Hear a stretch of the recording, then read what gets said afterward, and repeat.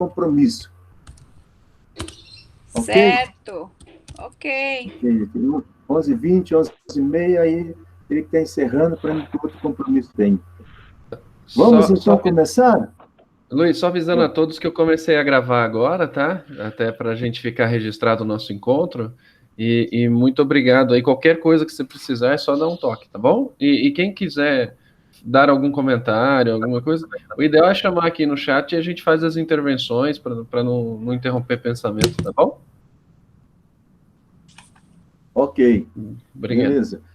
Vou fazer um tipo de uma leitura, um primeiro texto, assim, jogado aqui para ter uma sequência lógica. Então, eu começo, né, em cima dessa temática, psicanálise e educação numa sociedade em crise. Então, o primeiro ponto que eu quero trabalhar, o que a gente entende por essa crise? Que crise é essa? A atual civilização mundial, Brasil no meio, vive uma crise, a gente pode chamar uma crise civilizacional, não é apenas factual, conjuntural, que é uma crise que, ao mesmo tempo, ela é sistêmica, estrutural, planetária, e aí, no meio, nós temos essa subcrise, que é uma crise pandêmica, e é que a gente está vivendo no momento. E, dentro dessa crise civilizacional, se coloca em situação de risco e de incerteza milhões de vidas humanas. Por isso, falar de hoje alternativas políticas, alternativas sociais viáveis e plausíveis para a sociedade, hoje cultivar utopias de um mundo possível, não utópico, possível, mais humano e justo, mobilizar hoje a população contra as injustiças sociais, ou por um combate contra o empobrecimento, a exclusão, participar hoje de movimentos e organizações em defesa da natureza, das vidas vulneráveis, indefesas, parece ser coisa do passado, pelo menos para um grande setor da sociedade, e que não mobiliza esse setor da sociedade. Aí é a nossa dificuldade. O povo parece anestesiado, desesperançado. E a esquerda vive uma crise profunda. Eu tenho até comentado aí com alguns de vocês, até o Safato diz que a esquerda morreu. Eu não chego a dizer que a esquerda morreu, mas está muito fragilizada, muito fragmentada, um pouco perdida. E, ao mesmo tempo, você vê as forças sociais, como sindicatos, movimentos sociais, até as pastorais sociais, parecem acuados e sem perspectiva alentadora. Com quem você conta hoje numa mobilização? Aí está a grande questão. Os continentes atravessados por fundamentalismos políticos, só pensar o Brasil, né? Fundamentalismos religiosos. E alguns países, como no Brasil, pensadores e autoridades de perfil neofascista, antidemocrático, até destruindo conquistas democráticas. Tudo isso ressurge, né? Esse perfil neofascista, antidemocrático, ressurge hoje das cinzas. Então, é uma preocupação. E você fala, mas o que está atrás dessa crise civilizacional? Aí a gente vê que existe um crescimento dessa direita hiper neoliberal, uma extrema-direita tremenda. Aí toda a questão da xenofobia, a busca do Estado mínimo, esse nacionalismo, ou um determinado patriotismo que se diz excludente, sobretudo em relação aos mais vulneráveis, como os povos indígenas, os idosos, os empobrecidos. ao mesmo tempo, o ataque, né? Ataque a pesquisadores, toda, diria, essa perseguição, essa estigmatização da oposição, daqueles que são como fossem adversários. Então, nós estamos nessa realidade difícil. E, lógico que, para confundir mais ainda, o mundo está vivendo essa pandemia, esse Covid-19, que deixa o quê? Toda a humanidade muito desorientada, aterrorizada, perplexa, né? Colocando em dúvida, aí é uma grande questão, que coloca em dúvida certeza que tínhamos, absolutos, princípios absolutos, itens sagrados. Agora você vê as igrejas fechadas, né? Onde antes, né, não ir ao domingo a um culto, a uma celebração, a Eucaristia, é um escândalo, um pecado. Agora as igrejas estão fechadas. Então isso mexe muito, né? Visões com princípios que tínhamos, coisas que eram inquestionáveis e até, podemos dizer, intocáveis, como ficam? Como ficam? Nível de temáticas e nível de práticas. E a vida humana, que é sagrada, hoje parece se revelar, se apresentar fragilizada. Um vírus que, por sinal, está aí, né? Amedrontando. Não é lógico, a gente pensa que futuramente podemos ter pandemias com vírus muito mais letais. Isso que aterroriza. Então, é uma realidade que também é mundial, que desbanca alguns mitos, algumas crenças,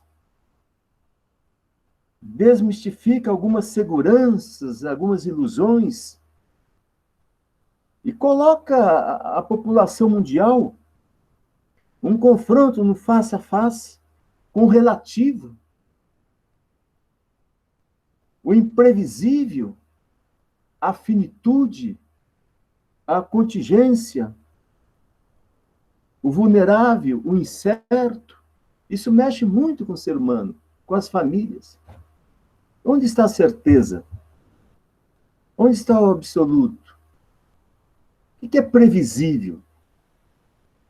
Como lidar, diria, com a finitude da vida, essa contingência? Então, toda essa realidade, esse mundo de coisas, vem contribuindo para uma compreensão, né, de que existe, cada vez mais, no seio da humanidade, uma incerteza muito grande, com poder de destruição, de morte, do efêmero, da precariedade, está muito presente. E, de repente, tempos atrás, a gente nem podia, de repente, pressupor que chegaríamos a uma situação como esta. Aí vem, para mim, aí, o grande dilema. Ou a vida é preservada, cuidada, promovida, defendida, ou o futuro é sombrio, e sem muita expectativa, mais do que a gente possa imaginar. Para onde nós caminhamos? Que futuro podemos prever? Chegamos a uma encruzilhada onde o mundo se depara com a alternativa. Ou se cuida desse mundo, dessa casa comum, a partir do respeito à vida de todos os seres humanos, ou as tragédias seguirão, cada vez mais preocupantes, colocando a vida do futuro em futuro de vida garantido. Ou se salvam todos seres dessa grande arca de Noé, ou genocídio. É uma tendência daqui para frente, estará sempre muito presente. Sobretudo devido, diria, a essa interdependência entre todos e de todos com tudo, né, nessa grande experiência do coexistir entre nós. Por isso, muitos hoje estão falando que a gente tem que resgatar mesmo, e alguns autores no mundo, no Brasil tem alguns, como Leonardo Boff, comentando, né, há que enfrentar, por exemplo, essa perda da biodiversidade, está muito presente entre nós, né, toda essa destruição, o desastre em relação aos recursos naturais, então aí que não podemos brincar. Nós temos aí as inundações, os tsunamis da vida, e tantas coisas que hoje assustam a humanidade, a pobreza, né? Essa pobreza assustadora, extrema pobreza hoje no mundo, que assusta. E, ao mesmo tempo, cada vez mais nós encontramos epidemias. Aqui no Brasil, a gente ia falando, né, da Covid-19, mas está aí, gente morrendo, né? Por exemplo, de dengue. Então, como enfrentar esse mundo? Está aí uma grande tarefa. Esta, eu diria, uma primeira leitura, análise um pouco dessa realidade que leva a gente a essa crise civilizacional planetária. Eu acho que não dá para negar. Aí agora vem essa temática, é a educação. Antes de entrar na psicanálise, e a educação? Como realmente entrar nesse mundo aí? Eu acho que a gente não tem que pensar na educação que apenas vai transmitir conhecimento. Acho que a educação tem que colocar hoje o alunado e todos nós que vivemos essa educação permanente, que não podemos parar, entrar num conhecimento profundo, próprio conhecimento, né? Nos preparar para viver nesse mundo de tanta imprevisibilidade, de tanta incerteza, de um povo desesperançado, desorientado, de uma perplexidade. Como a educação, né, pode enfrentar uma vida tão fragilizada como que é hoje atravessa o mundo? E dependendo do continente, é pior ainda. Pior. Aí vem a educação. E a minha grande questão é como a educação poderá favorecer hoje no próprio trabalho, uma busca de resposta, né, de luz, frente a essa situação. Aí eu vou um pouco na linha, eu acho que o Alexandre falava do Rousseau, no último encontro aqui, aquela questão do Rousseau, a questão da educação tem que apontar para o viver, escrito do Emílio. Então, acho que o cara que a gente tem que fazer uma releitura dele, Edgar Morin, acho que eu baseei muito nele aqui. Então, a educação tem que levar a gente a aprender, a reaprender, a viver, a conviver. Eu acho hoje falta, diria, a educação trabalhar para que todos nós possamos, né, viver com esse reaprender a viver, nessa nova realidade que estamos enfrentando. Então, ensinar a viver mesmo. Mas o que significa hoje, diante desse mundo em crise, né, o viver? O que significa viver? Aí, na linha um pouco de Edgar Morin, onde mostra que viver hoje é uma aventura. Uma aventura que impõe, né, que pressupõe incertezas. Incertezas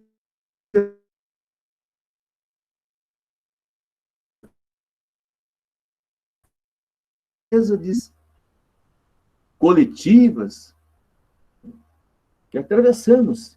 Então, não dá para viver se a gente não procurar compreender o que é viver frente aos grandes desafios hoje mundiais, continentais, nacionais,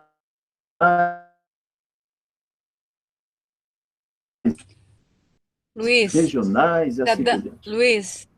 Luiz, Sim. está tendo algumas falhas na sua comunicação. talvez afastar um pouco mais aí da máquina. A máquina? Isso. Ok. Obrigada. Então, voltando, que educar na linha de Edgar Morin é ensinar a viver. Ensinar a viver frente aos grandes desafios, às incertezas que hoje atravessa a humanidade, a atual civilização. Incertezas sempre, cada vez mais renovadas, frente às catástrofes, às crises coletivas, enfim, da humanidade. Por isso, viver e enfrentar incessantemente a incerteza, inclusive diante, diz ele, Edgar Morin, da única certeza. Qual a única certeza que nós temos? Diz ele, a morte. A morte. Agora, a grande questão que nós, segundo ele, nós não conhecemos a data, mas a grande vizinha nossa é a morte. Não sabemos onde e quando seremos felizes ou infelizes.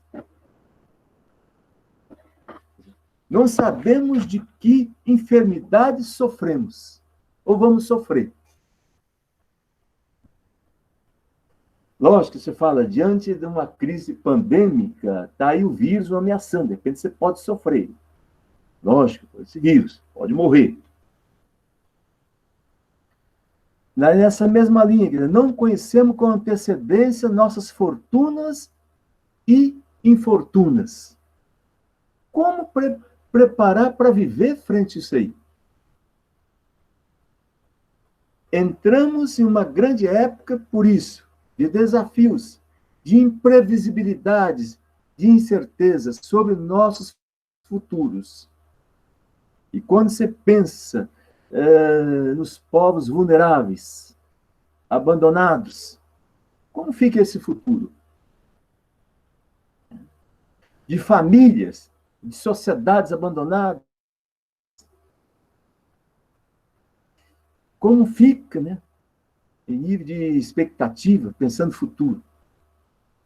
Enfim, só é possível ensinar a viver se esse ensinar prepara o indivíduo para enfrentar os riscos, as incertezas, diria, as tragédias, as novas e grandes questões que nós vamos enfrentar daqui para frente.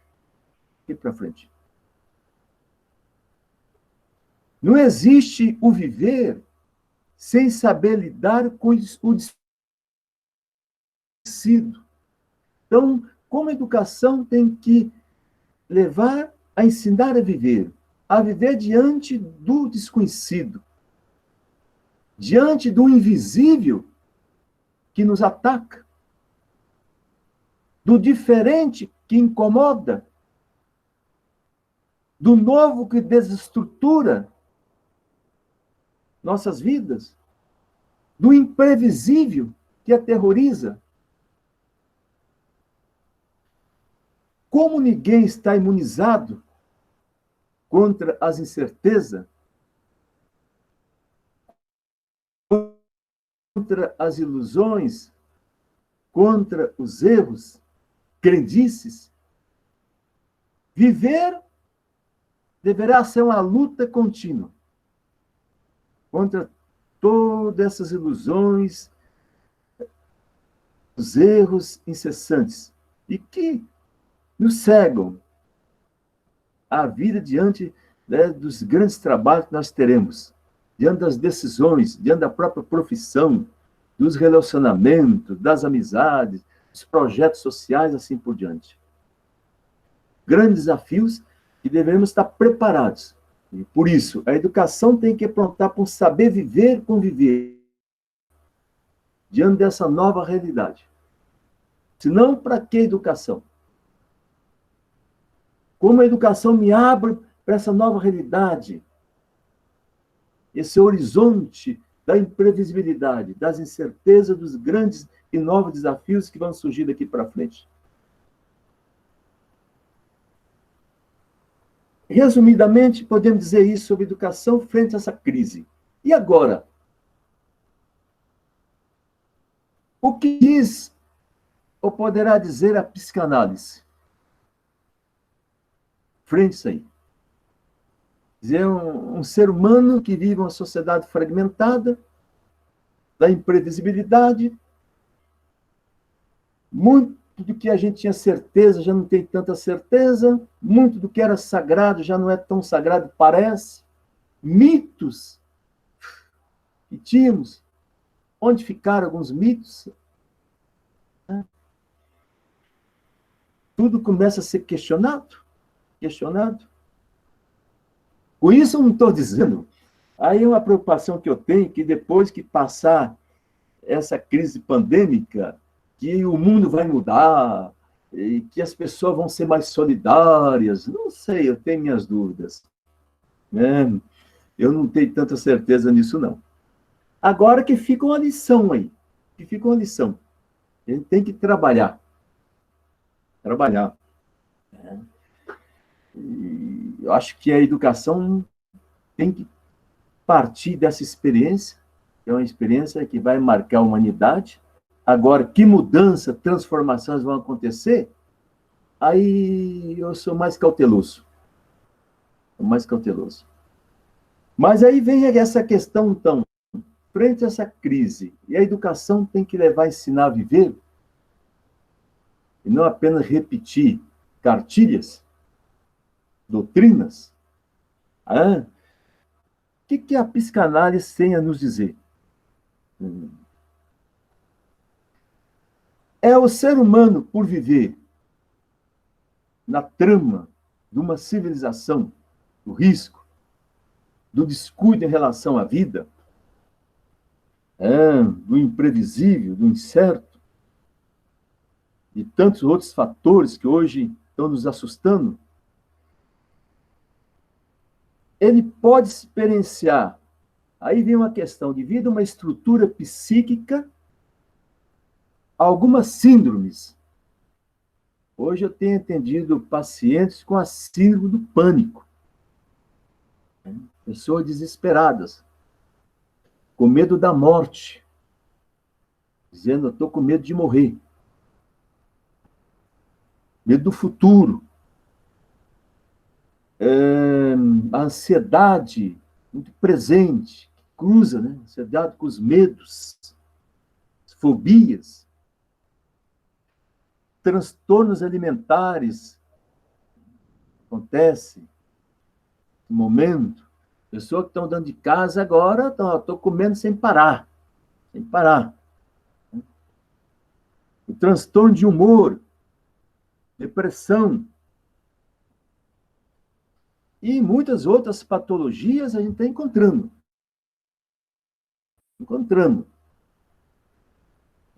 E aí é uma questão muito séria. Por quê? O comportamento, as atitudes, as ações das pessoas, dentro dessa crise, ela vem de um padrão de funcionamento da vida. Aí que é a tristeza. E esse padrão, de como faz funcionar, acontecer a vida, depende de um terreno primitivo. E a educação tem que ensinar a viver, mas ela tem que abrir um diálogo com a psicologia, a psiquiatria, a psicanálise. Também, para entender um pouco esse padrão que dá o comportamento dos sujeitos. E entendendo que esse comportamento que a pessoa vive tem a ver muito com a mente.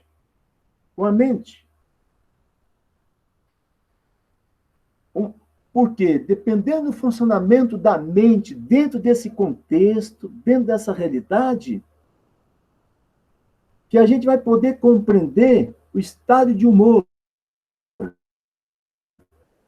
que a gente vai compreender as reações físicas, que a gente vai compreender os comportamentos, como os comportamentos, eles influenciam a mente, o humor e as reações físicas. Então, essa questão da mente é muito séria aí. Agora, a mente funciona a partir de um padrão estruturado. E esse padrão, ele tem uma estrutura básica que é formada até os 6 anos de idade. Isso é muito freudiano, até os 6 anos de idade. E começa, se você pensa as psicoses, já começa lá no 3º mês de gestação. Então você vê família destruída, famílias fragmentadas, casais em briga, né? Instituições em crise. Isso está determinando a vida das pessoas e, por isso, né, seu humor, as reações físicas, os comportamentos, eu diria, em torno de 75%, para não falar mais das enfermidades, tem a ver com a questão emocional, afetiva dos seres humanos. E que suporte, num momento de crise, numa situação de crise, hoje a criança, pensando na criança, o adolescente poderá receber para lidar com essa situação. Aí uma coisa que faz a gente muito, né, pensar, e tem que pensar com carinho. Então, quem entender as paranoias, quem entender as neuroses, as fobias, os medos, o pânico, você tem que entrar na história, porque há 3 coisas que se conjugam na pessoa. Há uma questão genética, favorece já uma predisposição para certos comportamentos.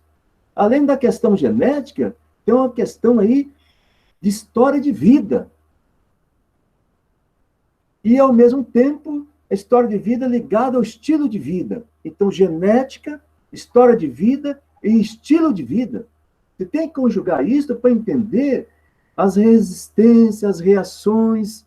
Então, você entender alguns fascistas, neofascistas, você tem que entender a história de vida. Você tem que entender o estilo de vida. E é uma questão genética. Aí não é coisa tão fácil. Mas a psicanálise, aí a gente tem que entender. Se a gente pensa a psicanálise apontando para uma cura. Mas como entender isto? É importante compreender isto, né? Alguns já trabalham nessa linha. Nenhum paciente se cura totalmente, completamente. E a psicanálise, como todo medicamento, como todo remédio, tem essa cloroquina aí, tão falada, né? Como todo remédio, né? Não cura tudo. Né? Não cura todos os pacientes, como a psicanálise. Não cura todos os pacientes. E nem cura de maneira definitiva. Que a cada fase, a cada momento da sociedade, da sua vida pessoal, você é uma experiência única. Ah, curou definitivamente da depressão. Não, isso não existe. Você passa por uma nova crise social, familiar, conjugal, pessoal, profissional, pode voltar. Porque depende muito desse terreno primitivo, lá atrás, da sua história também. Isso que a gente tem que entender um pouco.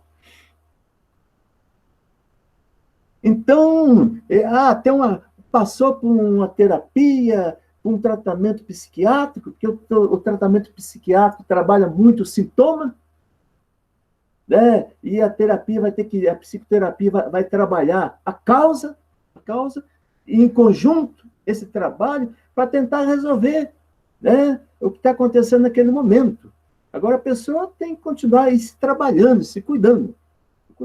Não tem aí, né, uma cura definitiva aí. Não existe. Né?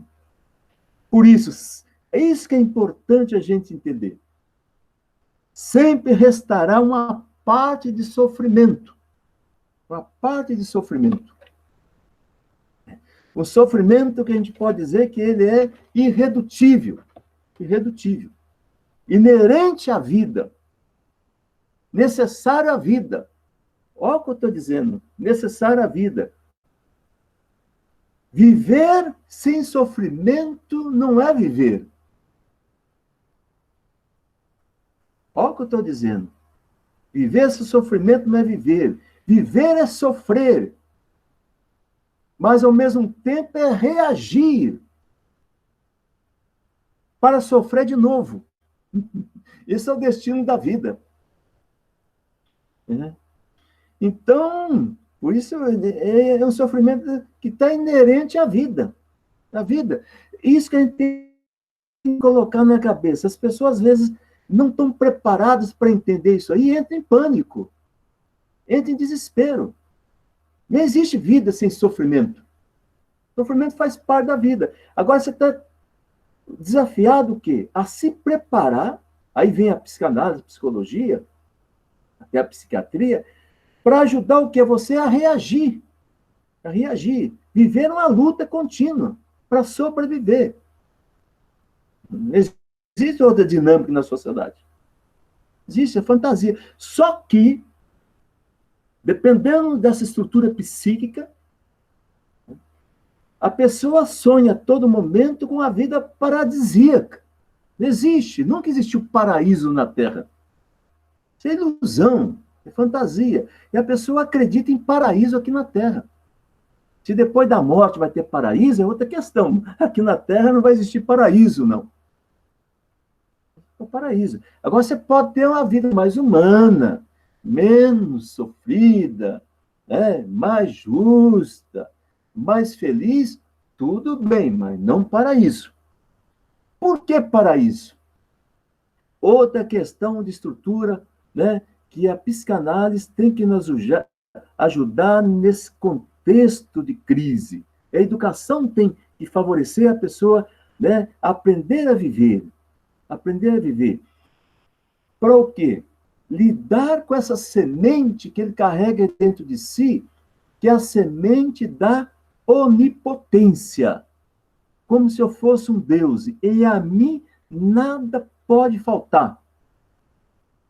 Então, o onipotente não sabe lidar com a pandemia, com as epidemias, com as perdas, com os fracassos, com o luto, com as derrotas, assim por diante. Então, se há de uma tarefa muito grande, é trabalhar essa questão da onipotência. Eu não sou Deus, você não é deusa. Não somos Deus aqui na Terra. A todo momento vamos ter que enfrentar essa fragilidade da vida. Mas eu tenho que viver uma resiliência, uma fortaleza para enfrentar esses embates da vida. É novo momento, nova maneira de eu reagir. Agora eu fico chorando, por essa uteração. O útero já passou, cara. Lá no útero você tinha vida garantida. Agora você tem que viver uma individuação e enfrentar. Você tem que ser, diria, adulto para enfrentar com maturidade os grandes desafios. Então, o que está por detrás dos pânicos, das fobias, os medos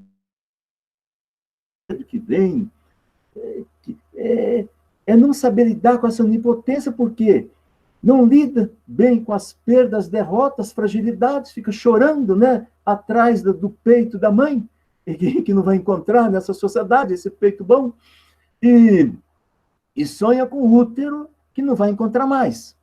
Aí a grande questão, o grande desafio que nós encontramos.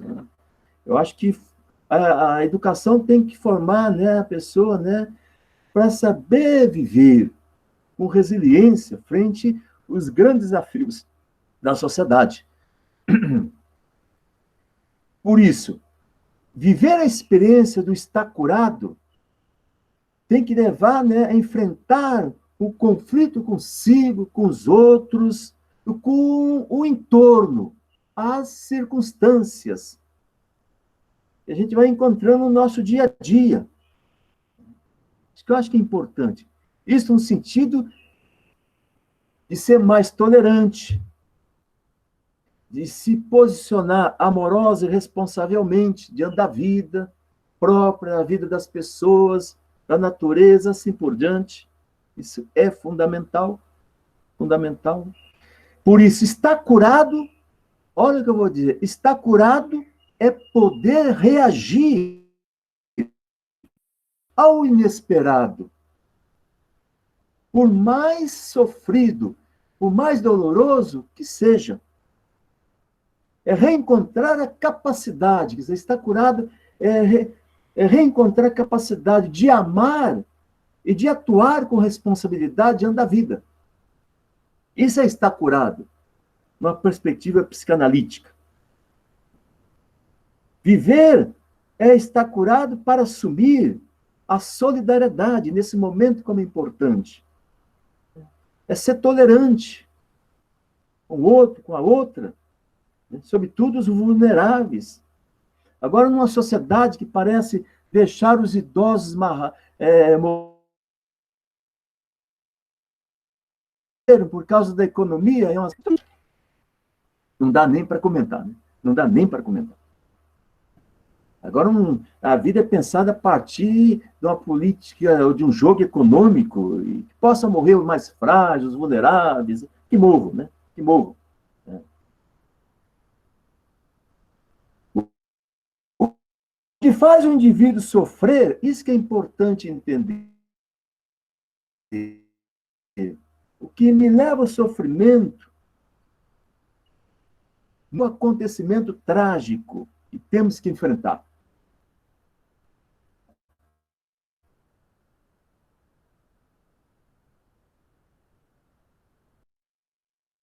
De viver o acontecimento, a realidade. Aí que falhou agora, Lu. Então eu fico sofrendo. Sofrer, quer dizer, porque o indivíduo sofre, não é pelo acontecimento trágico, por exemplo, essa crise pandêmica, não. É que ele não está preparado para enfrentar essa realidade, porque ele tem, diria, um comportamento neurótico de interpretar e de viver esse acontecimento que atravessa a sociedade. Por isso, a dificuldade de enfrentar. Então, há que criar nele essa fortaleza, para ele saber interpretar e compreender e reagir. E reagir com maturidade. Senão, aquela criança que não reage com maturidade, com responsabilidade, né, com solidariedade frente a essa situação. Aí é importante, né, saber a dificuldade vem do indivíduo, primeiro dessa onipotência. E essa onipotência, muitas vezes, é essa criança que nós fomos, que vive em nós, e que sempre ela reaparece durante certos acontecimentos. Então, nós carregamos a criança que nós fomos aqui dentro, que está viva. E se essa criança é muito fragilizada, muito sofrida, isso tem a ver com o terreno primitivo, com a história de vida. Então, essa criança grita, esperneia, chora, entra em pânico. Então, como lidar com essa criança que fomos e carregamos dentro de nós, e a todo momento ela quer reagir? Aqui é uma dificuldade. Que fica para nós, né, como desafios. Né? Aí, se você pega, por exemplo, vamos pegar um tema, ansiedade. Questão da ansiedade. Né? Olha esse pensamento ansioso, já antecipa o futuro nesse sofrimento, medo, né? Futuro. Quer dizer, o pensamento ansioso pode-se dizer que esse ocorre quando nossa percepção é de que o perigo, está aí essa pandemia, por exemplo, né? Pandemia, com o qual nos defrontamos, né? Com esse perigo com o qual defrontamos, é maior do que nossa capacidade de enfrentamento. Quando se está ansioso, tem-se pensamentos sobre perigo, ameaças, e quanto, diria, nós não estamos preparados para enfrentar o perigo. Aí é a questão de uma vulnerabilidade psíquica. Eu quero pensar aí a psicanálise. Quando estamos ansiosos, com frequência temos a tendência, o quê? Qual a grande tendência? Primeiro, a superestimar o perigo e a subestimar nossa habilidade de enfrentamento diante da situação, do contexto que está aí. Subestimamos a nossa habilidade, a nossa capacidade, e nós não reagimos à altura. Aí vem as fobias, vem os medos. Mas aquela questão, há uma história de vida, há uma questão genética, há um estilo de vida. E aí que é a dificuldade. A dificuldade. E com frequência surge ansiedade porque não temos controle sobre os acontecimentos. Então, você sente o quê? Não tem jeito, não vou conseguir sobreviver nessa, né? Não vou conseguir, vou morrer. Né? Agora, aquele negócio é fundamental, a ansiedade. A ansiedade, ela protege a nossa vida. Senão você entra na frente de um carro. Sempre digo, a ansiedade é o sistema de alarme do corpo para te proteger. A questão é essa ansiedade que tira a paz, que te perturba, que leva, diria, né, a com alguns medos neuróticos, algumas fobias que atrapalham você estar em paz. Tira o seu sono. Gente, por questão de ansiedade, é só com, né, Rivotril, com Lexotan para dormir, né? Não dorme, porque tá aí, tá fragilizado. Seu psiquismo. Agora, é importante a ansiedade, lógico, quando é patológica, doentia, aí faz a gente pensar, e pensar muito. Pensar muito. Ela nos alerta para o perigo, bacana. Agora, para superar essa ansiedade que atrapalha, precisamos aprender a abordar as situações, né? A realidade que nos atravessa, com certa capacidade de compreensão, de entendimento. Até, diria, aumentar a confiança em nossa capacidade de enfrentamento das situações que amedrontam. Como aumentar essa capacidade psíquica frente à realidade? Aprender a abordar e enfrentar as situações nas quais nos sentimos ansiosos. Sempre podemos dizer, é uma forma duradoura e poderosa de reduzir a nossa ansiedade. Aprender a abordar, enfrentar as situações. Saber reagir frente, diria, né, o nosso entorno, a nossa circunstância. Agora, imagina uma pessoa que não tem, diria, todo um trabalho de se capacitar para reagir frente ao sofrimento. Fica ouvindo notícia, informação, tantos morreram, tantos vão morrer, blá. Fica desesperada, fica enlouquecida. Não tem uma estrutura psíquica, psicológica, nem para ouvir. Entra em pânico. Né? Entra, diria, numa tristeza que faz pensar, né? Por que o pânico? Você fala, mas o que é esse pânico? Podemos dizer, o pânico é o medo de tudo.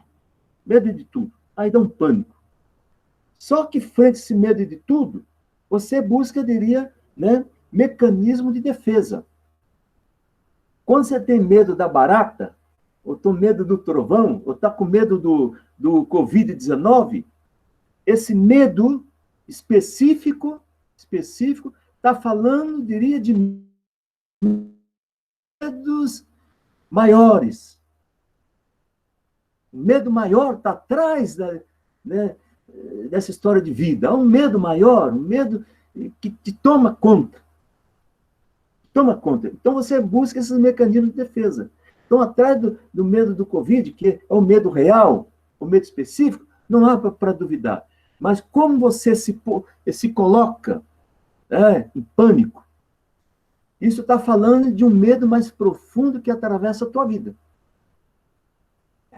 O medo do quê? De morrer, por exemplo. Então, a entender que estaria por trás, né, de medos menores, porque estão falando, diria, do medo maior. Acho que é a questão do pânico, a gente tem que entender isso. Aí haja trabalho a ser feito. haja a trabalho. Como a tristeza. A tristeza, por exemplo, a tristeza, como a ansiedade, né, não é doença, são fundamentais. Como a ansiedade, a tristeza é uma ferramenta mental importante. Ferramenta mental importante, a tristeza.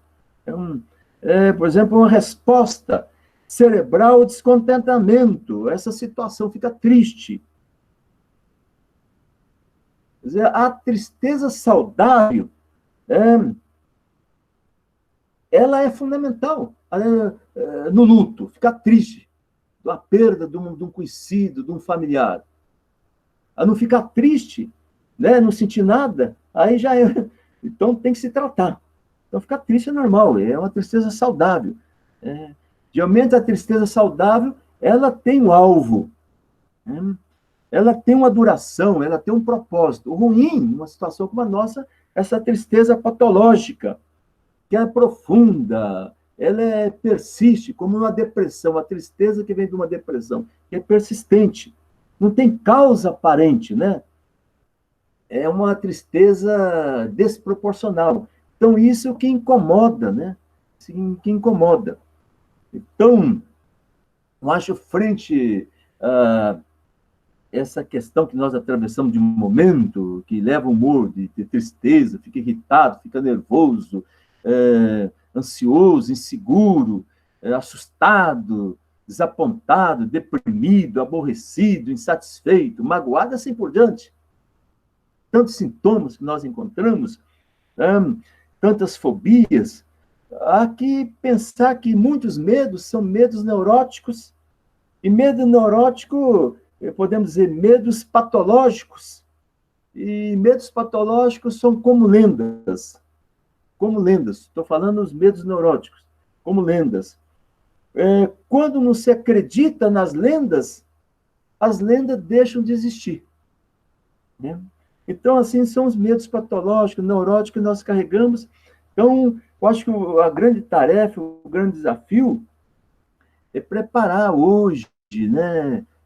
Aí vem a educação, pessoas para, enfim, saberem viver diante das grandes tarefas que estamos no mundo, mas com resiliência, né? Essa resiliência, saber se readaptar, se permanentemente. Como vou me readaptando? A vida nunca está acabada. Existe um inacabamento da vida. Esse inacabamento pressupõe o buscar, diria, essa readaptação, né, no nosso cotidiano, a cada momento da história pessoal, da história familiar, institucional, social, assim por diante. Né? E a cada momento nós temos uma experiência nova. Para isso, a necessidade de trabalhar também, né, para enfrentar as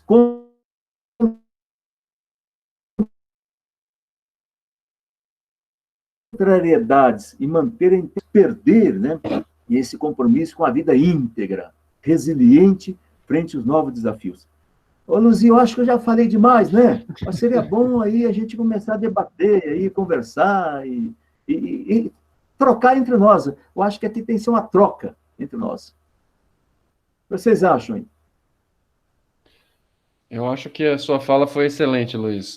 Ficou aqui, eu pelo menos fiquei extremamente provocado e pensativo em tudo que você está falando e as relações em que você fez dos assuntos que foram muito ricos, uma riqueza absurda, né? Aproveitando que já comecei aqui, eu acho que você fez uma pergunta bem no início,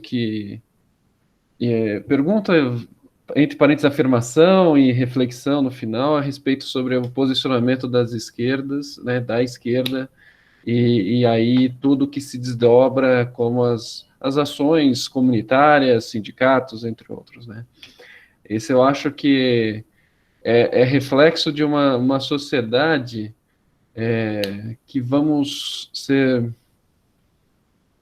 há anos, vem cultivando muitas vezes um vírus que é tão letal ou mais letal do que a gente está passando, que é a ignorância, a falta de procurar além daquilo que nos é apresentado. Né? A superficialidade, a liquidez de uma sociedade perde-se fundamentos, e um dos fundamentos principais que é a vida. É um pouco da leitura que eu faço, e de tudo que você falou também é sensacional, tá? E aí fica aberto para os nossos colegas falarem também.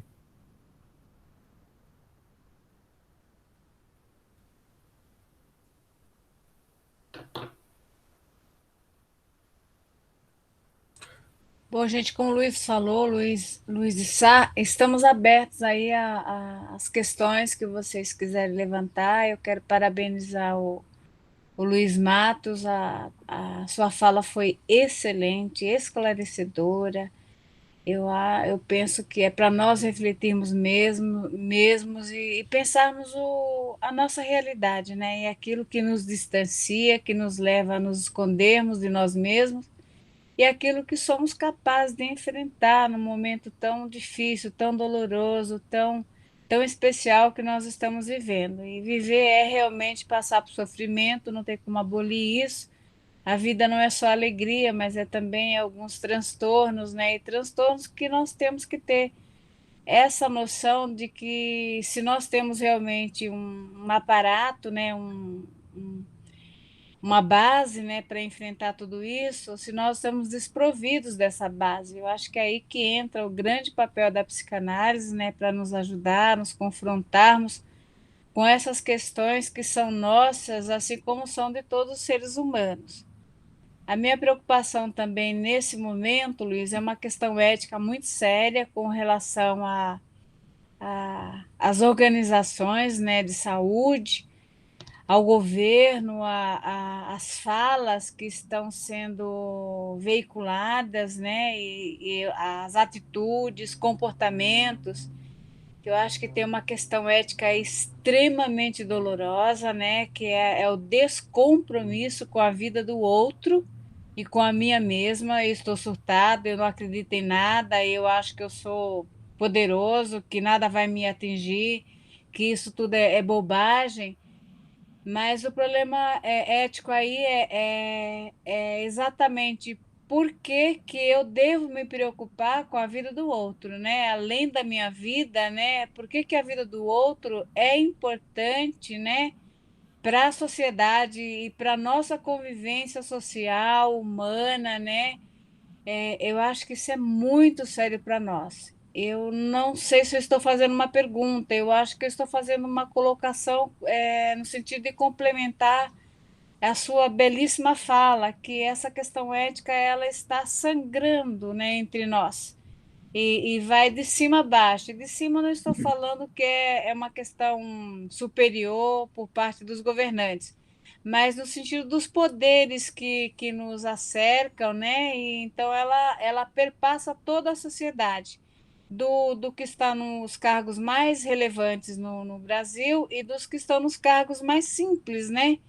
Ou por ignorância, como diz o Luiz, ou por falta de compromisso, mas eu acho que aí há uma questão ética extremamente profunda e que nós precisamos repensar sobre isso. Se você puder, gostaria de ouvir um pouco mais nessa direção da questão ética. Obrigada. A tua pergunta é excelente, Luzia.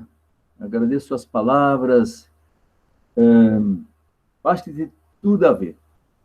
Esse diálogo com a ética é importante porque nós não podemos sobreviver sozinhos. Há uma interdependência entre nós. Atingir o outro é atingir a própria vida. Ser intolerante com o outro é ser intolerante com a própria vida. Um cara que trabalha bem isto é o Franz Hinkelamer, esse alemão que trabalha lá em Costa Rica, que ele tem um exemplo, ele fala: a terra é redonda. Se eu atiro no outro, a bala volta, vai atingir minhas costas. A terra não é plana. Então, entender um pouco isto, como nós estamos interligados, vinculados, porque, lógico, até em relação, diria, às pandemias, epidemias e tudo mais. lógico, eu começo, diria, a destruir a natureza, isso vai ter uma consequência. Aquele negócio, ou salva todo mundo, ou não salva ninguém. O futuro da vida na Terra depende, diria, dessa corresponsabilidade. É sentir que nós estamos juntos nesse grande barco.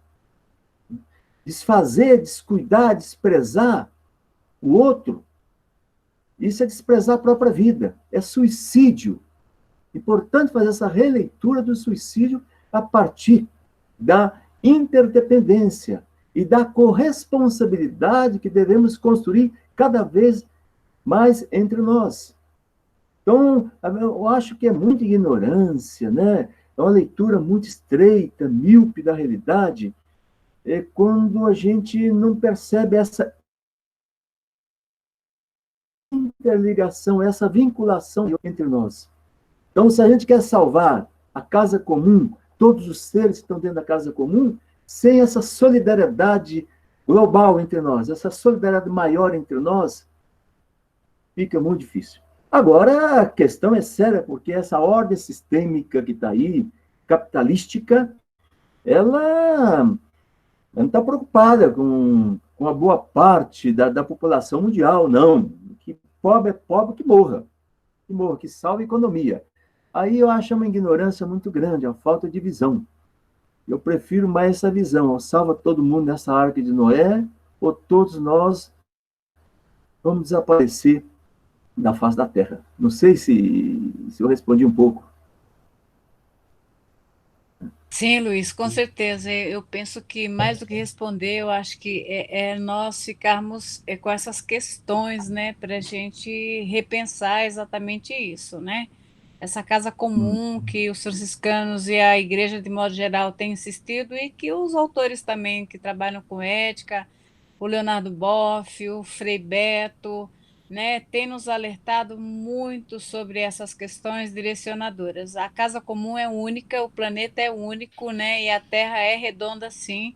Então a gente tem que pensar nisso com muito respeito, com muito carinho, com muito cuidado por cada um e por cada um de nós, por nós mesmos e cuidar do outro. Porque a vida é essa interface, essa interligação, né? É essa interlocução que fundamenta todo o nosso processo do viver. Muito obrigada. Obrigado.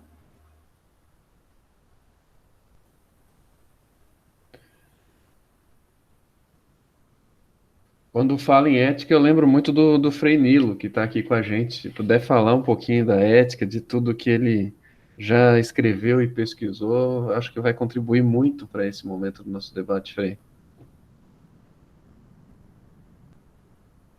Não sei se ele está ouvindo. Professor Nilo?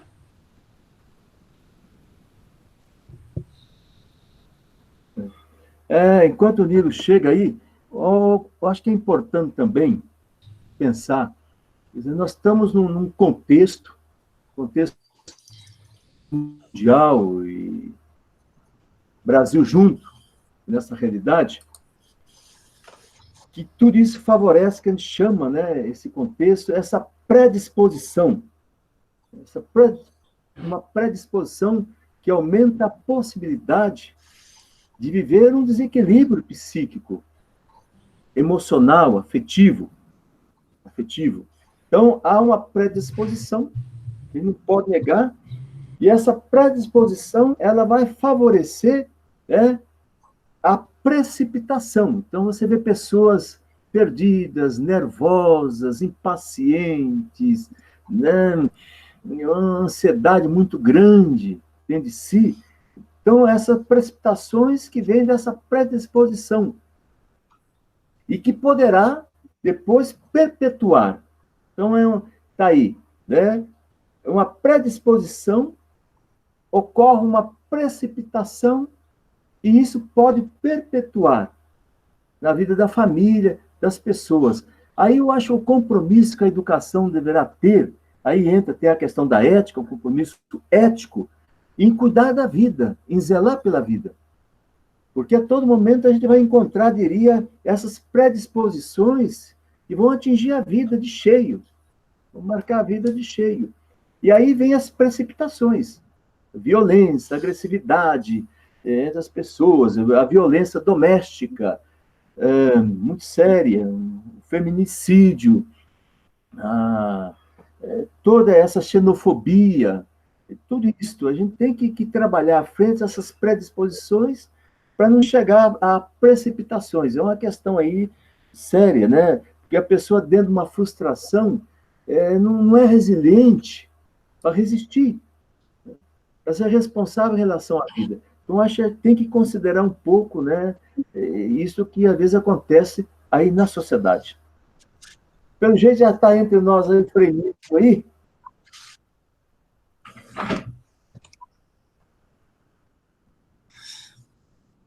Sim, bom dia a todos, que bom estarmos novamente aqui. Eu estava acompanhando sem imagem e o microfone fechado, então para o reabrir custou um pouco, mas tá, estamos aí.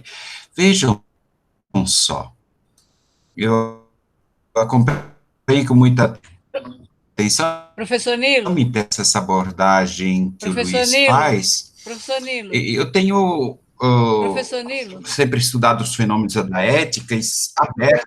Oi, tá me ouvindo? Se o senhor afastar um pouquinho mais do microfone, ele fica Sim. melhor. Sim. Ok, obrigada. Diga. Não, tá certo, é só para afastar um pouquinho, porque está dando microfonia. Desculpa. Vamos tentar, então, novamente? Sim, sim. E agora, está bom? Sim, sim, obrigada.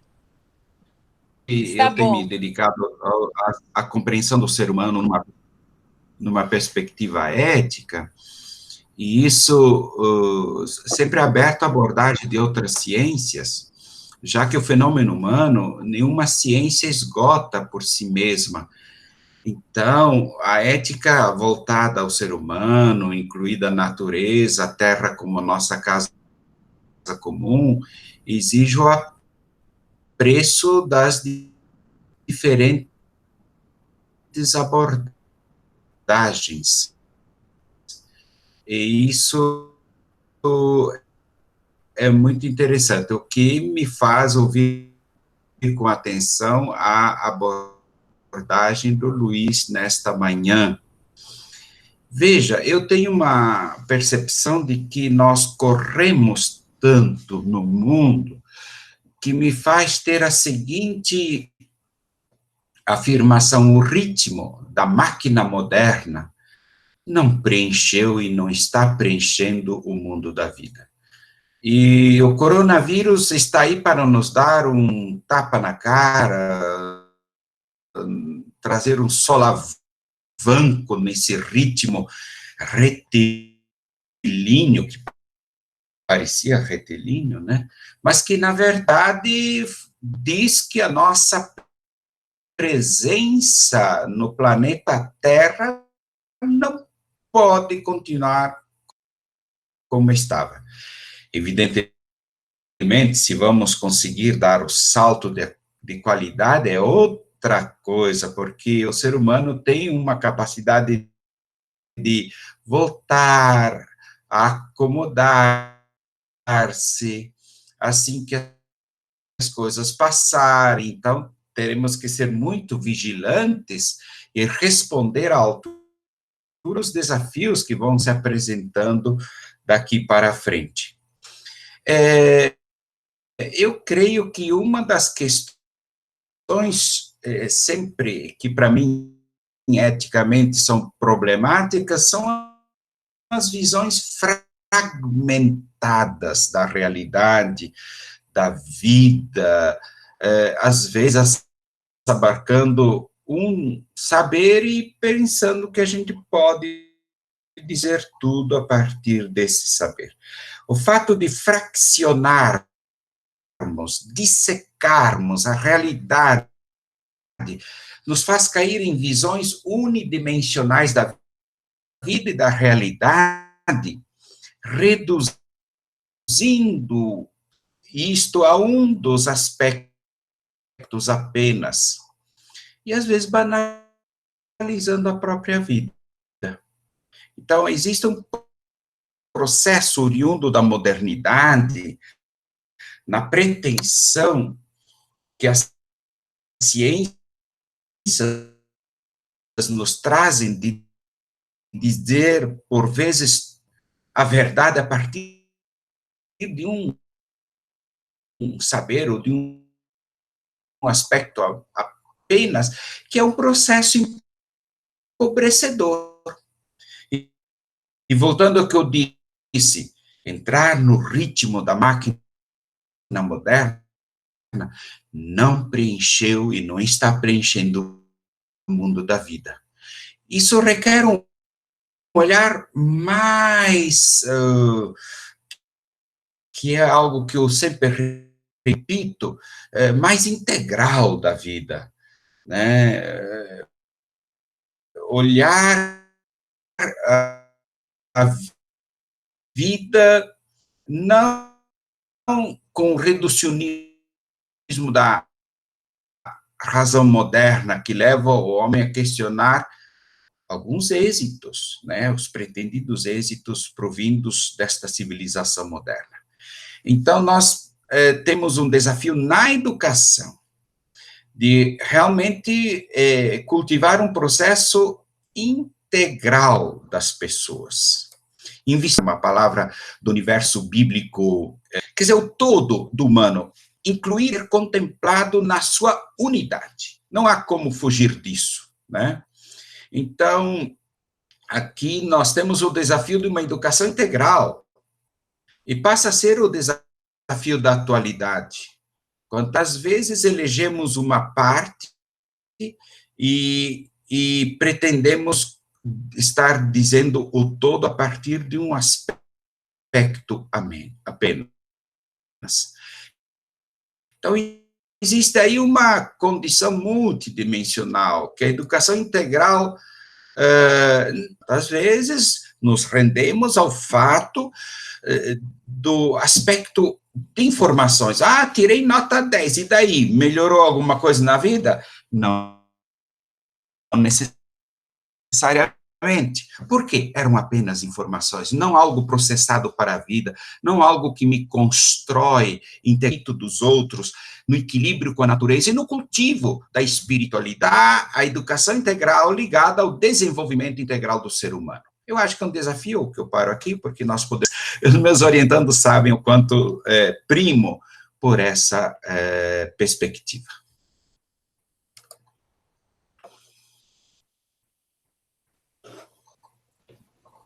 Deu para acompanhar? Obrigado, Frei. Perfeito, perfeito.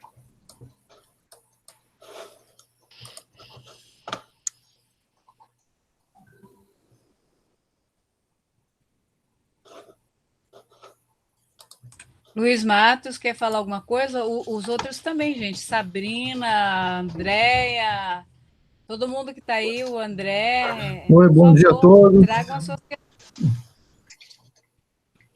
Bom dia a todos, estão me ouvindo bem? Sim, André, estamos te ouvindo. Gostaria de fazer uma reflexão que não deixa também de ser uma proposta para uma discussão, para uma pergunta, um pouco mais voltado aí, centrado na psicanálise, tudo bem? Freud, em um de seus últimos trabalhos, né, que é Além do Princípio de Prazer, vai falar sobre a pulsão de morte, que não é tão visível quanto a sexualidade, né, pois corresponde à nossa vida biológica visível, enfim. Essa pulsão de morte, que seria um retorno a um estado de pré-nascimento, que é algo que, ao mesmo tempo, passa pela experiência da vida, mas volta para destruí-la, que passa a destruir os valores instituídos. Sendo aí uma teoria complexa, fruto dessa experiência de guerra, né, que a gente acompanha no mal-estar da civilização, futuro de uma ilusão, as leis só existem porque elas servem para cercear em nome de uma sobrevivência de uma espécie. Então, nossos impulsos desencadeariam pulsões genocidas. Então, é isso que eu queria me firmar, quer dizer, aquilo que antes ia fazer parte do indivíduo, se projetando na sociedade, algo que não está mais categorizado como figura simbólica, passa a ser uma pulsão mais difusa, um retorno ao inorgânico, ou seja, relações ou tendências de nos auto-sabotar, como suicídio, ou sair em carreata, né, acompanhando, aí, ignorando completamente as experiências sanitárias contra a pandemia, ou o sinistro da educação, né, fazendo pronunciamentos para o retorno às aulas, que quer as crianças na escola. Então, como que essa pulsão, que acaba servindo aí como forma simbólica de matar o nosso semelhante, como que a gente lida com isso em tempo de pandemia, onde a gente percebe uma polarização desses valores éticos, onde alguns simplesmente negam as possibilidades de cuidar do outro, cuidando de si. Então, gostaria de que vocês falassem um pouco sobre essa questão da pulsão de morte em Freud. Obrigado.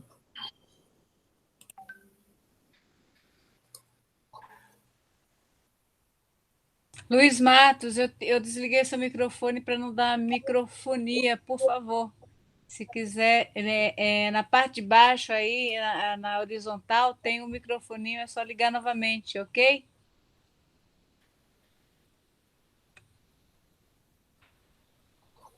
Luiz?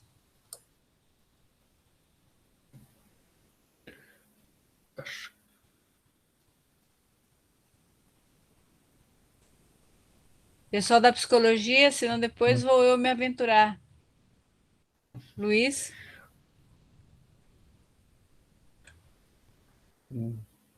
Acho que ele está com dificuldade com o microfone. Né? Eu penso que sim. Bom, Henrique, você quer falar alguma coisa?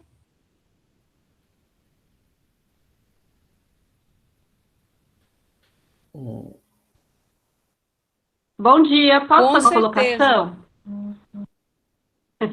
Eu queria juntar com o que a gente conversou na outra aula, porque eu acho que o Ari fez um comentário sobre crise de contato. Tá certo. Que eu achei muito Ótimo. importante. Porque ele fala que nós já estávamos doentes pelo individualismo. E foi uma coisa que eu até anotei aqui, eu achei muito importante. E faz uma ligação com o que a gente está conversando hoje também, né? Sim. Então, essa ideia das grandes dificuldades que a gente vem enfrentando já estava pautado um pouco no que foi falado na nossa reunião passada, né? E eu acho que com essa epidemia, com tudo que está acontecendo, isso só foi, de alguma forma, apareceu mais, né? Foi enfatizado. Está mostrando para a gente, mas isso já estava acontecendo, isso já estava vindo, né? Então, tudo que agora está aparecendo mais foi enfatizado. E sobre sugestões, eu estou tendo a oportunidade de ler um livro que fala sobre o suicídio, do Karl Marx. E também é uma forma de tentar contribuir sobre a compreensão das injustiças sociais na moderna sociedade burguesa. Então, as coisas se repetem muito na sociedade, né? Acho que é isso. Bom, eu queria ouvir mais pessoas, eu também gostaria depois de falar. Professor Ivan, gostaria de dizer alguma coisa nessa questão? Eu penso que essa questão da Thanatos aí, a gente fala tanto de mitos. Luiz Matos, eu não consigo ligar novamente o seu... Eu posso falar, sim. Oba! Posso fazer uma contribuição? Sim, professor. Na verdade, eu quero parabenizar o Luiz pela fala, também o Frei Nilo. É o meu segundo encontro, a minha segunda participação, e tenho visto que, de fato, teremos tempos muito gratificantes nesses nossos encontros. Bom, o que eu gostaria de destacar é o seguinte: a fala do Luiz, ela enfatizou muito bem a perspectiva da psicanálise e a educação numa sociedade em crise, ou seja, em um contexto de crise. E o que me chamou muito a atenção é o seguinte, foi a fala dele no sentido de que nós precisamos, de fato, pensar em uma educação para a vida, que seria, nesse caso, o nosso papel enquanto educadores. Agora, também há um outro ponto que eu acredito que vale a pena considerarmos. Falando em pandemia, que é o assunto que nós precisamos, de fato, enfrentarmos, porque é o tema do cotidiano, né? Então, pensando em epidemia, eu tenho observado bastante uma espécie de uma espécie de religiosidade vinculada à crise. A crise agora, ela passa a ser uma crise teológica, do ponto de vista de buscar um inimigo a ser combatido. Não sei se o Frei Nilo pode me ajudar, né, nessa ideia, porque ainda não está consolidada, né? Eu tenho pensado nisso. Mas, enfim, a crise agora é uma crise em uma característica teológica. Ou seja, nós temos uma espécie de, vou utilizar aqui um termo na falta de um outro, tá? Uma espécie de neopentecostalização da crise. A crise agora, ela precisa, de fato, encontrar um inimigo, porque, na verdade, a sociedade capitalista, ela vive a todo momento em crise, alimentando crise e tudo mais, é assim que o capitalismo ele vai se autogerindo, e, nesse contexto, a crise agora, ela se coloca diante dessa necessidade de enfrentamento de algo que não se vê, que é o vírus, e este algo que não se vê, ele passa a ser compreendido ou como um demônio a ser combatido por meio de ritos, tanto ritos religiosos, míticos, mas também por meio de ritos políticos que se apropriam de uma linguagem religiosa para o combate da crise. Então, agora, o bem e o mal estão postos numa espécie de dicotomia intensa, e é curioso que nós observamos que, dentro desse cenário de crise, há uma busca incessante de localizar o Messias, que possa vir numa espécie de parúzia, apresentar as soluções de quem deve morrer e de quem deve viver. Então, a gente fala aqui em gestão de crise a partir da gestão da morte, porque é nesse sentido que, de fato, trazendo um aspecto teológico para a vida, a busca é dizer o seguinte: quem tem direito à vida, a vida enquanto vida, né? E quem tem, nesse momento, a obrigação de ser apresentado em sacrifício para que, eventualmente, seja purgada a ânsia, vou pegar aqui a pouco que foi dito pelo André, para purgar a pulsão de morte. Então, eu tenho pensado nisso, repito, a ideia não está fechada ainda, mas o que nós precisaríamos, talvez, analisar hoje, nessa sociedade em crise, nesse contexto de crise, é essa crise que se coloca em aspectos de combate entre o bem e o mal, em uma reivindicação de uma linguagem também religiosa para o enfrentamento do coronavírus, que agora seria uma espécie de Satã a ser combatido pelos missionários do político X ou do político Y, porque nós temos agora uma espécie de missiologia política que se tornou um lugar comum no nosso contexto. É isso aí, parabéns, repito, parabéns, Luiz Matos, pela excelente exposição. Eu gostaria de saber se seria possível um apontamento, a partir do seu conhecimento em psicanálise, Luiz Matos, a respeito desta pulsão de morte, pegando a ideia do André, em que agora a crise se apresenta como um inimigo comum a ser combatido, e a partir daí se definindo quem vive e quem quem vive e quem morre, para apaziguar a ânsia e a pulsão sacrificial desse Deus que foi concebido nesses últimos anos, inclusive. É isso aí, muito obrigado, gente.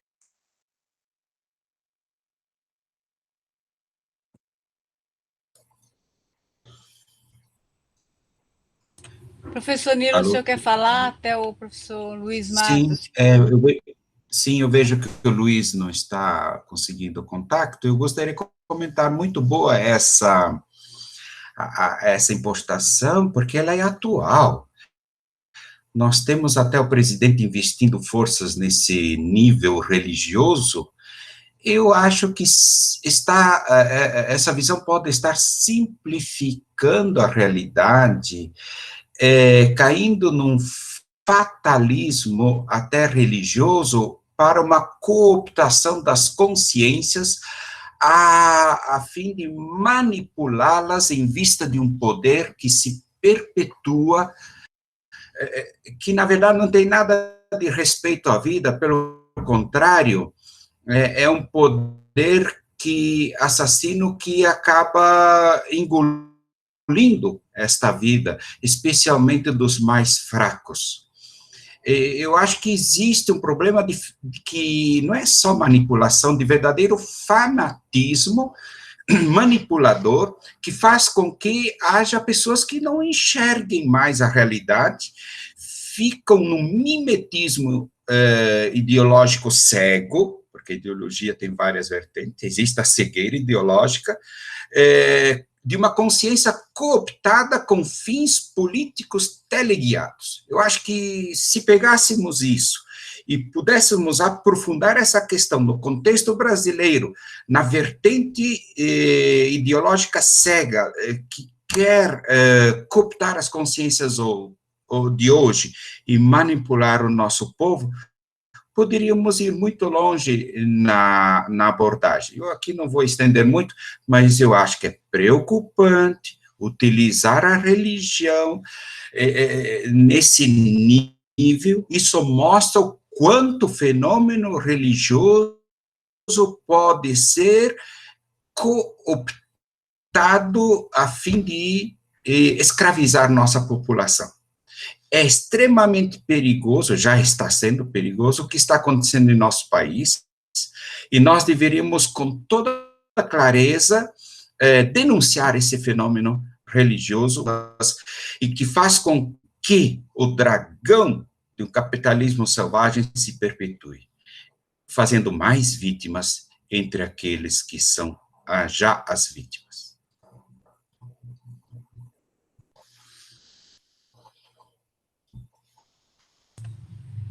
Ô, Nilo, muito obrigada. Acho que sua fala foi muito proveitosa. André, voltando lá à questão sua, que eu não sei bem se é uma questão, acho que você trouxe contribuição, na verdade, à fala do Luiz Matos, né, que foi excelente. Pensando nessa questão da nossa primitividade, eu quero voltar um pouco aí nessa base da psicanálise freudiana, né, o quanto que essa criança interior ela vem sendo alimentada ou não por cada um de nós e o quanto ela vai se expressar. Nós tivemos uma disciplina no PPGE que exatamente era o reencontro da criança interior. Nós trabalhamos isso na educação. Então, vai depender muito de como ela foi alimentada e ela está sendo alimentada e o quanto que as nossas neuroses, né, e os nossos problemas psíquicos, eles também estão sendo ignorados ou estão sendo descartados. As pessoas estão indo às ruas, a gente pode pensar que é sem nenhuma preocupação, mas talvez seja como desafio, e eu gostaria de chamar a atenção também, que você já falou um pouco disso, da questão do suicídio no Brasil, né? A quantidade, os índices alarmantes de suicídio no Brasil, entre jovens e adultos de todas as idades.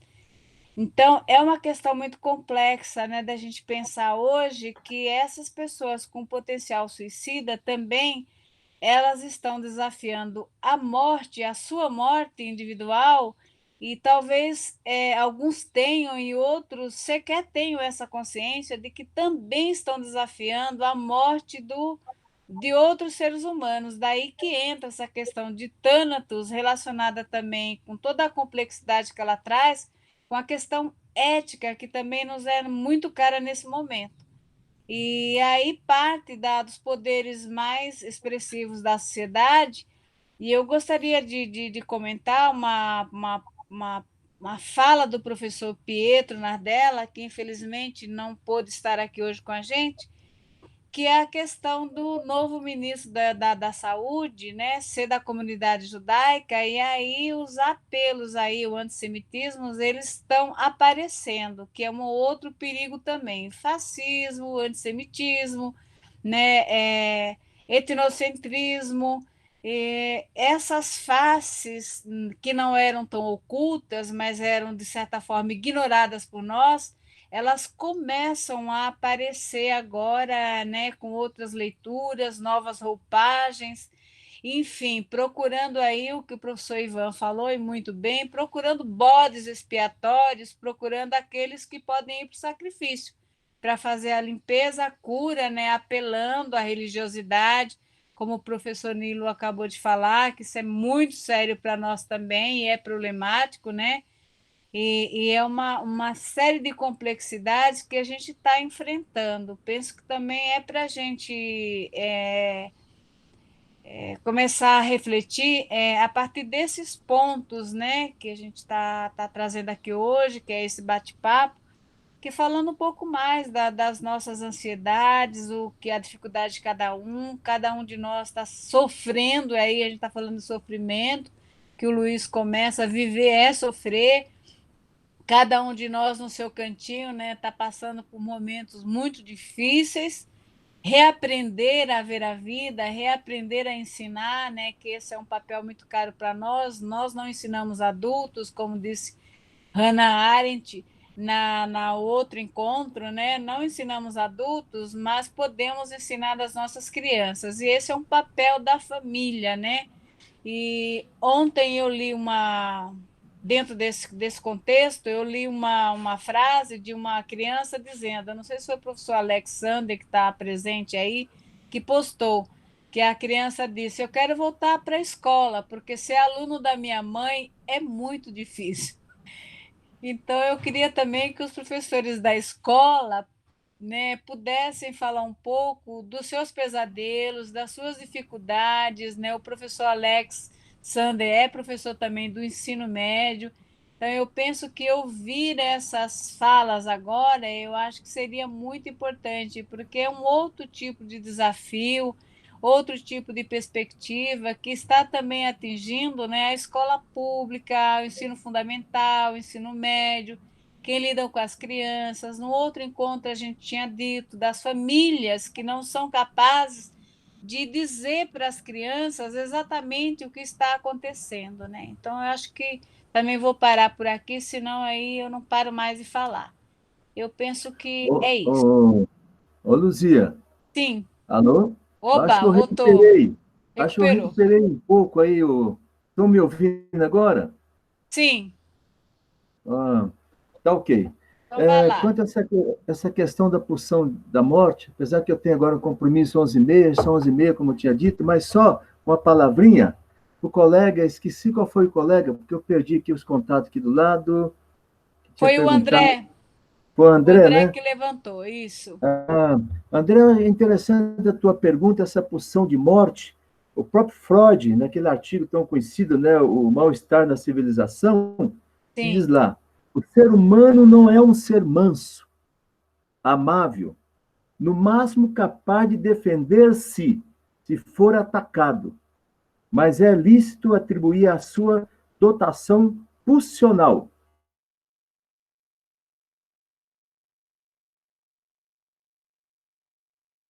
Uma boa... Falhou um pouco. Se auxiliar o objeto sexual. Em consequência, o próximo não é apenas um possível auxiliar. Tá falhando, Luiz. Se você puder afastar um pouco do microfone. Ele diz lá que o próximo, tá ouvindo? O próximo não é apenas um possível auxiliar o objeto sexual, mas uma tentação para satisfazer a agressão, para usá-lo sexualmente em seu consentimento, para despojá-lo de seu patrimônio. E vai assim, né? E vai infligir dores, martírio e assassiná-lo.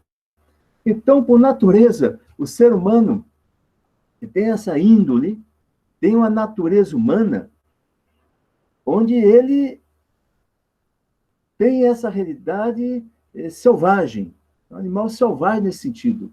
Até diria, né, em vista da própria sobrevivência. É o primitivo cru, né? O ser humano na natureza não é bom. Por isso tem religião, né? Tem delegacia, Está entendendo? Tem semáforo, porque se deixar, como diz Freud, se não tomar cuidado, ele fica até com a própria mãe. Está entendendo? Então, o ser humano ele tem que ser monitorado, né, ele tem que ser acompanhado. Nesse sentido, numa terapia, como é importante ir lá nessa natureza humana e ver a razão, depende da que a pessoa sempre é experiência masoquista. E, ao mesmo tempo, ele é sádico em relação ao próximo. Esse sadismo. E parece que ele tem prazer, né, em destruir, em prejudicar, em maltratar. Então, há aí uma raiz muito séria. Né? Nem quero falar aqui das psicopatias, mas falar, diria, dessa raiz narcísica que o ser humano carrega contigo. Então, ele tem que ser ajudado, tem que ser acompanhado nesse sentido. Eu acho que a importância, então, de levar a sério essa questão, a pulsão da morte, não em relação a si mesmo, mas em relação ao outro, à outra. Se a gente pensa no Brasil, como de repente se espalha também para algumas organizações, alguns grupos, algumas autoridades políticas, parece que a morte do outro é prazer para mim, né? Dá prazer para mim. Então, uma questão daí inconsciente, séria, também de ser aprofundada e trabalhar. Mas eu acho que caberia aí uma discussão profunda sobre essa pulsão de morte que todos nós carregamos conosco. E não há como negar isso na nossa vida. Luzia, eu gostaria, como eu tenho agora uma celebração, gostaria realmente de agradecer essa oportunidade de ter estado aí com vocês nessa conversa, conversa para nossa reaprendizagem, né? Os colegas, eu acho que vocês apenas favorecem a gente a aprofundar os temas e a conhecer um pouco mais. Muito obrigado pela companhia, pela amizade e pela oportunidade de estar com vocês nesse debate. Muito obrigado. Nós que agradecemos a sua maravilhosa mensagem, Luiz.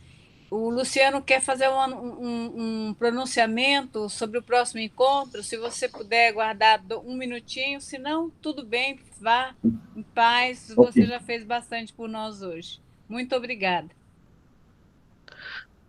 Obrigado. Pessoal, bom dia. Eu gostaria de anunciar, né, que o nosso próximo encontro acontecerá no dia 9 de maio. Depois todas as informações serão repassadas para vocês por meio das nossas redes, por meio do blog. Eu gostaria agora de convidar o professor Ivan Durães, que será nosso mediador, para anunciar o tema do encontro e, se possível, já adiantar um pouquinho, bem brevemente, né, fazer um escopo rápido do tema que ele vai abordar. Pode ser, professor Ivan? Sim, claro, pode ser. Eu pretendo, no dia 9, no nosso próximo encontro, trazer um tema para reflexão que eu acredito que seja interessante, principalmente em decorrência do propósito desse grupo e também do momento atual que vivemos. O título da minha comunicação será A Epistemologia do Conhecimento em Tempos de Pós-Verdade. A Epistemologia do Conhecimento em Tempos de Pós-Verdade. Pretendo fazer uma reflexão a partir de Ashley Bembe e também Giorgio Agamben, no sentido de compreendermos qual é o papel ou os desafios dos educadores nesse contexto de crise epistemológica no que se fala em construção da verdade em momentos, portanto, de pós-verdade. Então, só para a gente ter uma ideia, eu pretendo falar sobre necropolítica, mas especializando para a nossa área, que é a educação. Então, eu pretendo, no nosso encontro, tecer comentários a respeito de um tópico que eu tenho pensado já há algum tempo, que eu tenho denominado necroeducação.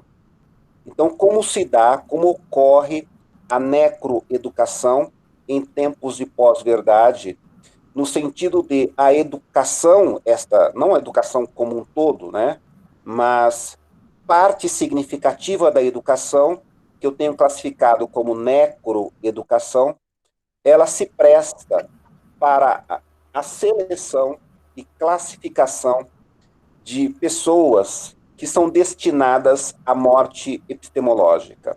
Ou seja, qual é o papel da necroeducação em criar mecanismos de morte real e simbólica a partir dos espaços de ensino e aprendizagem. Então, a partir dessa necroeducação que eu tenho identificado, então, utilizando, portanto, do referencial teórico de Agamben, no sentido de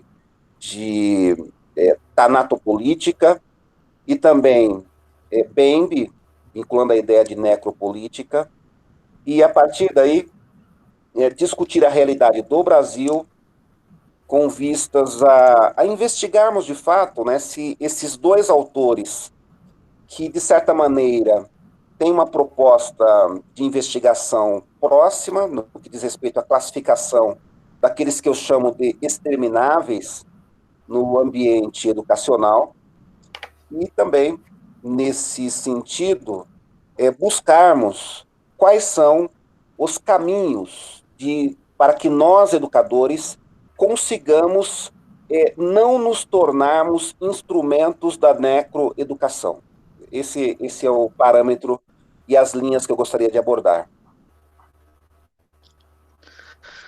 Ótimo, professor. Temos certeza que será um rico encontro para a nossa formação e enfrentamento, né, dessa nossa realidade que tão difícil, né, no campo da educação, né, e na sociedade como um todo. Só gostaria de pedir desculpas que eu não anunciei o professor antes, o currículo dele é muito extenso, né, mas bem brevemente, o professor Ivan... Tranquilo. Ok. Tranquilo.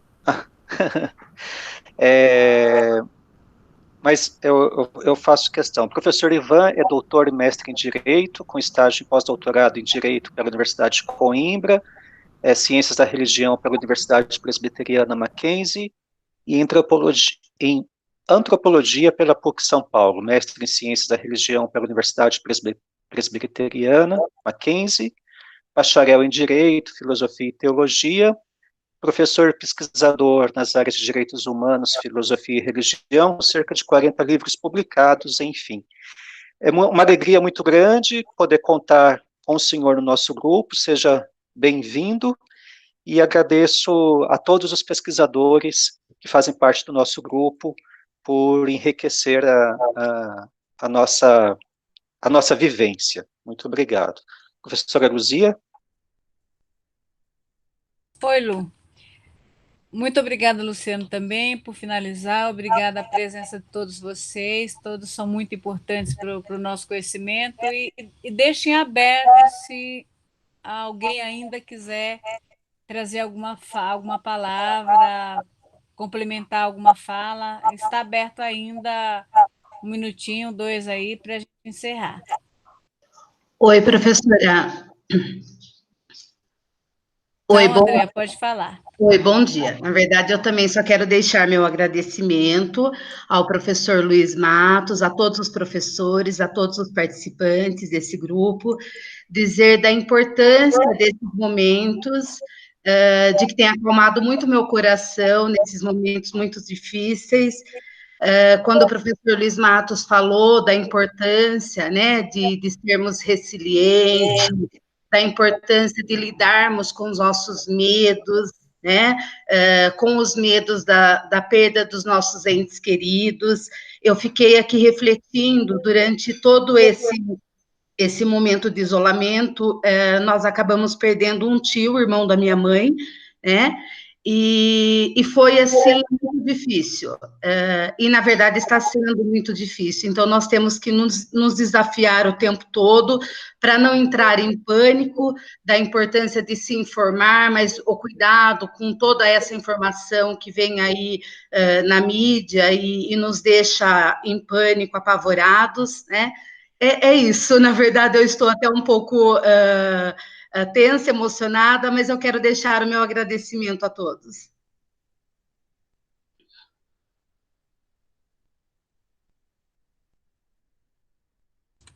Mais alguém? Professor Alexander? E o outro, o pessoal também, Érica, Educação Infantil, tá tudo ok? Gente, eu quero agradecer também, eu também estou bastante emocionada, agradecida, com gratidão no coração e com muito amor na alma, que eu agradeço a presença de todos vocês, eu acho que foi uma manhã rica, aprendemos muito, e que não falta esperança, sim, professor Nilo, e que a gente possa trazer, levar essas questões também para as nossas aulas, para o nosso cotidiano, para a nossa vida. Estamos juntos, não vamos soltar a mão de ninguém, estamos juntos nessa travessia, que é uma travessia invisível ainda para nós, mas que cada um possa ter a força de continuar e lembrar sempre que não está sozinho e dar um alô quando precisar de ajuda. Ok, um abraço para todo mundo, um ótimo final de semana e que Deus possa nos abençoar nessa travessia, sem usar a religião, mas usar os nossos sentimentos de amor e gratidão pelo divino, que Ele possa nos abençoar nessa travessia. Um abraço a todos, obrigada.